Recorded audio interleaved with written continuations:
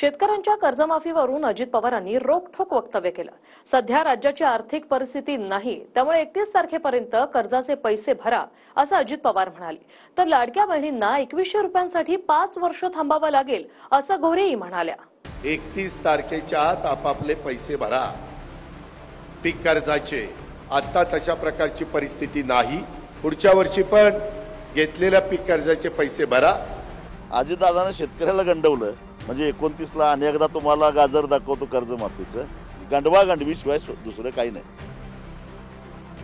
31 तारखेपर्यंत पीक कर्जाचे पैसे भरा म्हणत उपमुख्यमंत्री अजित पवार यांनी तूर्तास कर्जमाफीची परिस्थिती नसल्याचं स्पष्ट शब्दात सांगितलं आणि मुख्यमंत्र्यांनी अजित पवार जे बोलले तीच सरकारची भूमिका असल्याचं म्हटलं।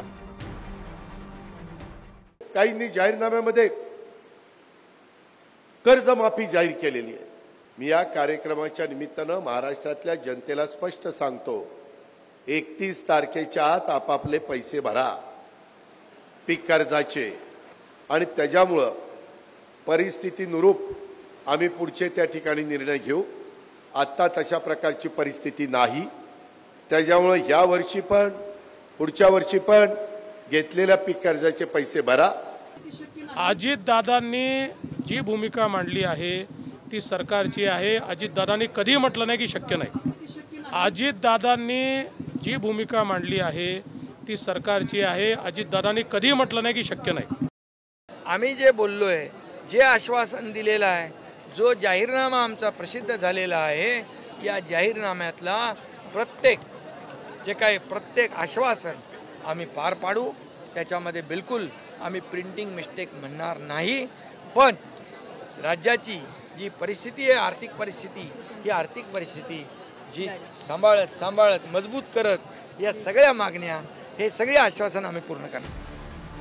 अजित पवारांनी कर्जमाफी करण्यासाठी राज्याची आर्थिक स्थिती नसल्याचं म्हटलं आणि विरोधकांनी निवडणुकीतल्या कर्जमाफीच्या वायद्यावर बोट ठेवलं। शेतकऱ्यांचं कर्ज माफ करण्याची ऐपत राज्य सरकारमध्ये नव्हती, तर निवडणुकीमध्ये मतं मागण्यासाठी त्यावेळी अंथरूण पाहून आश्वासनं द्यावीत असं उपमुख्यमंत्री, मुख्यमंत्री आणि त्यांच्या सत्ताधारी पक्षाच्या नेत्यांना त्यावेळी का वाटलं नाही, असा रोकडा सवाल या पार्श्वभूमीवर मला करायचा आहे। अजितदादा काय, नीलम गोरे काय, एकाच नाण्याच्या दोन बाजू आहेत। लोकांना फक्त गंडवणे। अजितदादांनी शेतकऱ्याला गंडवलं म्हणजे 29 ला अनेकदा तुम्हाला गाजर दाखवतो कर्जमाफीचं, नीलम गोरेनी लाडक्या बहिणींना गंडवलंय की 29 ला तुम्हाला आणखीन एकदा गंडवतो, आणखीन तुमची मतं घेतो। हेच गंडवा गंडवी शिवाय दुसरं काही नाही। मंत्री गिरीश महाजन यांनीही तिजोरीबद्दलची सत्यस्थिती सांगत शेतकऱ्यांना कर्जमाफी केली तर कर्मचाऱ्यांचे पगार देणंही कठीण होईल असं म्हटलंय। दादा वित्तमंत्री आहेत राज्याचे, त्यांनी म्हटलं तर त्याला कुठल्या गोष्टीचा आधार असेल आणि खरं आता लाडक्या बहिणीच्यामुळे जवळपास 35-40 हजार कोटी रुपये दरवर्षी ते एक अतिरिक्त दायित्व आमच्यावर आलेलं आहे आणि त्यामुळे आता कर्जमाफी करावी आणि त्यामुळे मग राज्याच्या तिजोरीमध्ये खडखडाट होईल, पगार देणे सुद्धा मुश्किल होईल मला असं वाटतंय। असं जर झालं तर त्यामुळे 1 वर्ष 2 वर्ष जर एकदा हा गाडा सुरळीत चालला राज्याचा, एकदा अर्थव्यवस्था जरा व्यवस्थित झाली की त्या संदर्भामध्ये मुख्यमंत्री उपमुख्यमंत्री किंवा सरकार विचार करेल। लाडक्या बहिणींमुळे 35 ते 40 हजार कोटींचा बोजा सरकारवर आल्याचं मंत्री गिरीश महाजन यांनी सांगितलंय। त्यामुळे तिजोरीवर ताण आला। जसं अजित पवार कर्जमाफीवरून बोलले, तसंच शिंदेच्या शिवसेनेच्या नेत्या नीलम गोऱ्हे यांनीही लाडक्या बहिणींना 2100 रुपयांसाठी 5 वर्ष थांबण्याचा सल्ला दिला। 2100 रुपये मिळणार कधी? आता 5 वर्ष वाट बघायला लागेल आपल्याला त्यासाठी।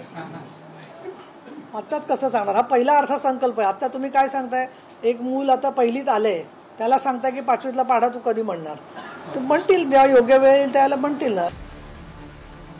सर्व सोंग आणता येतात पण पैशांचं सोंग आणता येत नाही असं म्हणतात।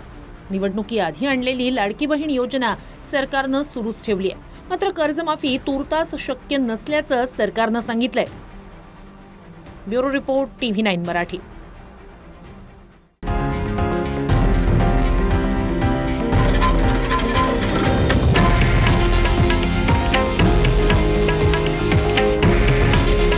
हे आहे देशातील नंबर 1 न्यूज नेटवर्क आणि आपण पाहत आहात TV9 मराठी। काळजी तुमची, हित महाराष्ट्राचं.